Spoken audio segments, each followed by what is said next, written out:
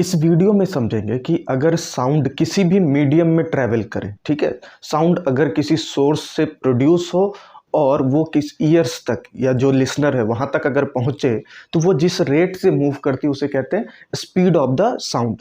तो ये जो साउंड का स्पीड है ये हर एक मीडियम पर, हर एक टेम्परेचर पर ये चेंज होता रहता है। तो अब समझते हैं कि ये जो साउंड का स्पीड है ये कौन कौन से फैक्टर्स पर डिपेंड करता है। टोटल 5 फैक्टर्स हैं जिस पर साउंड का स्पीड डिपेंड करता है। तो उसमें सबसे पहला फैक्टर है नेचर ऑफ द मटेरियल, यानी कि जो मीडियम है हमारा जिसके थ्रू साउंड प्रोपगेट करना है, ठीक है, जिसके थ्रू आप साउंड को पास करवाना चाहते हो, तो उस मीडियम का नेचर कैसा है, क्या वो सॉलिड है, लिक्विड है या फिर गैस है।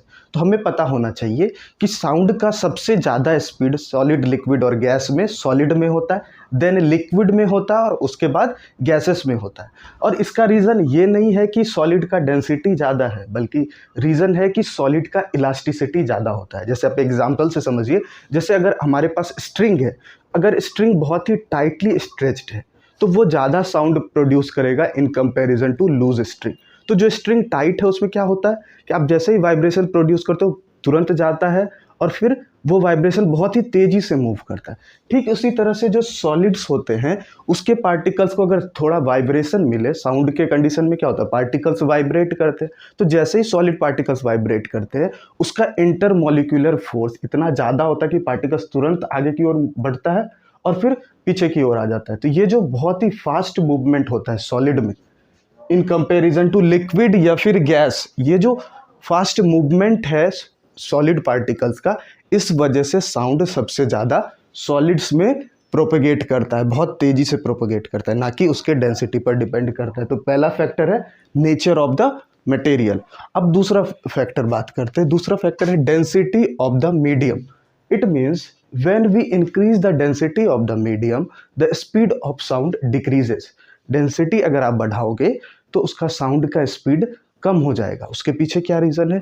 Because the speed of sound is inversely proportional to square root of density.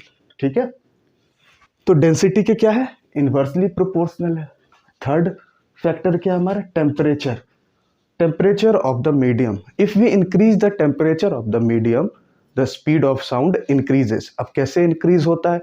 तो the speed of sound is directly proportional to square root of temperature. ध्यान रखना, डेंसिटी के इनवर्सली प्रोपोर्शनल है और टेम्परेचर के डायरेक्टली प्रोपोर्शनल है। Next factor is humidity.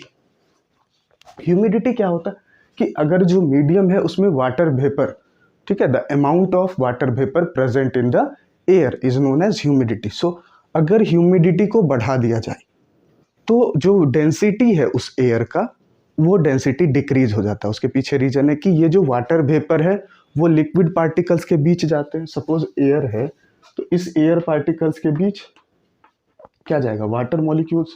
अब ये वाटर मॉलिक्यूल्स इस एयर पार्टिकल्स को एक्सपेंड कर देता है। एक्सपेंड होने के कारण इसका वॉल्यूम इंक्रीज हो जाता है जिस रेशियो से, उस रेशियो से मास इंक्रीज नहीं हो पाता, क्योंकि एयर पार्टिकल्स का मास जो H2O मॉलिक्यूल्स है उसके मास से बहुत ज़्यादा होता है। Average weight of air particles is higher than the average weight of H2O molecules. तो जैसे ही ह्यूमिडिटी इंक्रीज होगा वाटर मॉलिक्यूल्स एयर में इंक्रीज हो जाएंगे। अब जैसे ही वाटर मॉलिक्यूल्स बढ़ेंगे एयर में, उसके कारण क्या होगा कि जो उसका वॉल्यूम है वो इंक्रीज हो जाएगा, और वॉल्यूम इंक्रीज होने के साथ साथ जो मास है वो उस रेशियो से इंक्रीज होगा ही नहीं। इस वजह से डेंसिटी उसका डिक्रीज हो जाता है। Whenever humidity increases density of air particles decreases, और जैसे ही डेंसिटी डिक्रीज होगा हमें पता है speed of sound will increase. इसलिए कहते हैं कि speed of sound increases on increasing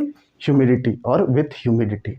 reason because humidity decreases the density. ठीक है, इसीलिए हम कह सकते हैं कि जो रेनी डेज है उस रेनी डेज में जो साउंड का स्पीड है वो ज़्यादा होता है in comparison to dry day. This is the reason because the density of air during rainy days are higher, that's why. Next is direction of wind.